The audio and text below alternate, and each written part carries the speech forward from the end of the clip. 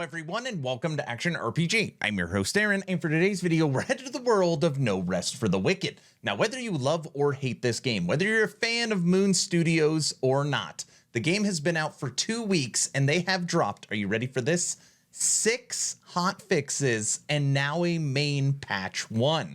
I am absolutely blown away with the speed that they have been able to modify this game and actually put in fixes that the community wants to see. Very impressed. That doesn't mean you have to like the game. That doesn't even have to mean that you like the changes that they've made. But the speed in which they have updated this game is, I'm blown away. Very, very impressed with Moon Studios. So we're going to talk about patch 1 today and this lightning quick update that we have gotten. And I am very excited because my only bow build is now possible. Early access patch 1. Celebrating our 2-week launch anniversary of No Rest for the Wicked, we are releasing our first early access patch.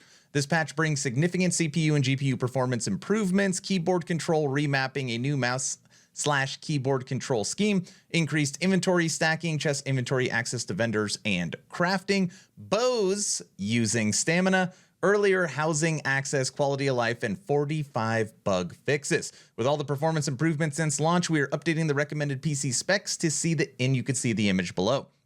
Now, a video that I made prior to this game dropping was No Rest for the Wicked had some of the most insane system requirements to play the game. And I was like, you got an older PC, you're playing on a gaming laptop, sorry, this game is not for you. It wanted a Ryzen 7 5800 3DX, I think it was, and it wanted a 3070 Ti GPU. Just an absolute insane requirement to run this game. And as you can see here, we have a ton of performance improvements, and I'm not going to read them all to you. Feel free to read this for yourself. I'll link it in the description. But ultimately, when you come down here and look at the image of the new system requirements, you now need a Ryzen 7 5800X, so you no longer need the 3D CPU, and this is the huge kicker. Prior, they recommended to run 1080 at 60 frames, a 3070 Ti. That has been downgraded to a 2060. A 2060 to a 3070 Ti is like night and day. It is a huge difference. Now, I haven't tested this to see if this is actually accurate. I would guess that it is, but looking at this, I wouldn't even have commented because this is fairly standard for most games that drop with a PC port. So this is awesome. So performance, quality, requirements to run the game. This should all support Steam Deck, and this should support your PC. So right off the bat, big thumbs up. Big thumbs up when it comes to performance. Now, quality of life. If you've played No Rest for the Wicked, you would know that the most agitating part of the game, forget the Souls-like combat and all that kind of stuff, is inventory management. It's like you go out into the world, and after 20 minutes, you're full. You gotta go back to town. It is just the most unfun, horrible experience. And I'm not even saying that what they have done is fixed it, because I actually have to go in and test it. But at least they understand that it is a major problem. So right off the bat, vendors and crafting tables, refineries can now access resources directly from your storage. Okay, this is the first bullet point, and it's the most important. This is great. I was already putting all my stuff in my storage, but imagine this.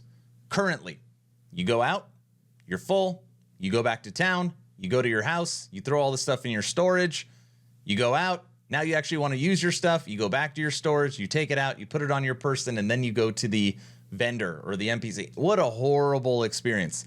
So now at least you can directly access your stuff at the NPC, at the vendor, without having to go back to your house. Great improvement.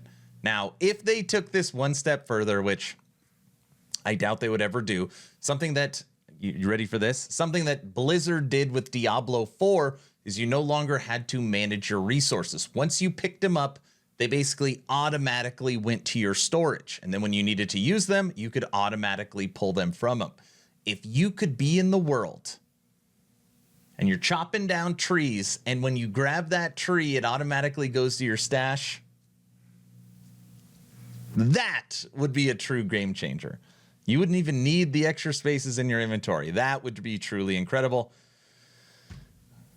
And I doubt they would do that. But at least this is a step in the right direction. Housing is now available sooner rather after the completing Sacrament quest. So you get your house as soon as you get to your first town. Updating sorting of inventory into these categories. So gear is now weapons, armor, rings, offhands, tools, runes, housing items, and item blueprints. Food is ingredients, food and recipes, combat, bombs, veils, oils, and embers, resources, gems, and components.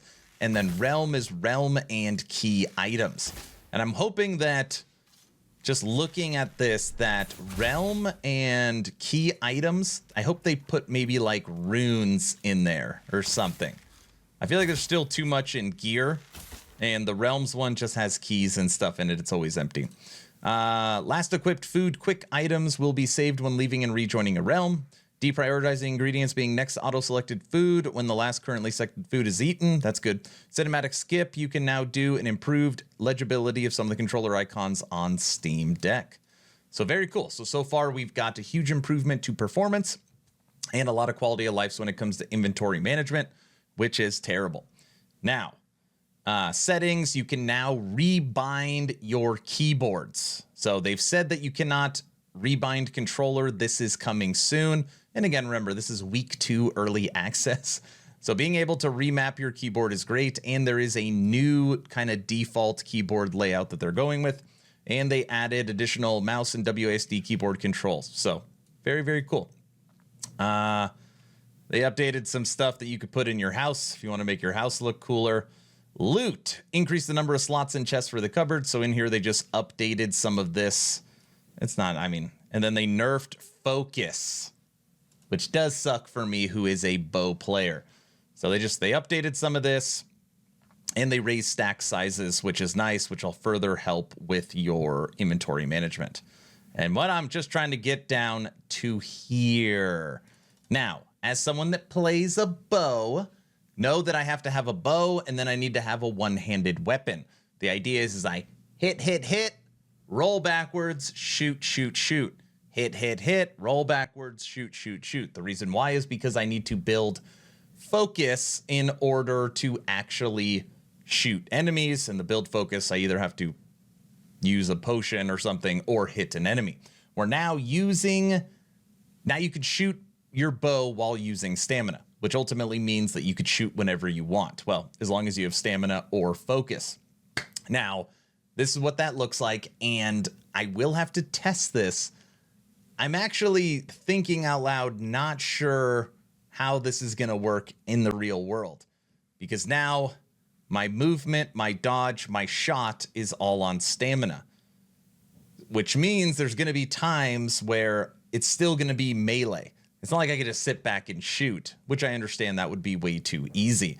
So I don't know if I'm actually going to focus more on dagger, like stay where I'm at, or if I can now just do a full bow. Either way, we're gonna check that out and see if we like it, because this is how I play the game. I like using a bow. I think it's a lot of fun, and they have nerfed basically focus, where it's you get half the amount, and the focus damage dealt enchantment is also half the amount. So that really sucks. They updated some enemies and bosses. They polished some NPCs. They improved some areas. They improved some audio. They improved some bounties and challenges. They updated tutorial. They updated localization. And then you've got right here this massive list of bugs. I think they said 45 plus bugs. And again, like I know I said this at the beginning of the video, love them or hate them. Hate the game, love the game. Well, however you want to look at it, the speed in which these updates are coming is impressive. And again, this is direct. Like, we are screaming, we want this stuff. And they have delivered 6 hot fixes and a full patch in 2 weeks. I'm blown away with Moon Studios right now. And that gives me tons of hope for the future for No Rest for the Wicked. So this video ended up actually being a lot longer than I thought. I'm going to leave it right here. And honestly, I just want to know your opinion. All the performance improvements and everything we're getting for patch 1 and the 6 updates over the 2 weeks. Are you happy? Yes or no? And then the number one thing you want to see fixed. Let me know in the comment section. I'm done. Hopefully you were entertained or at least learned something. Aaron, out.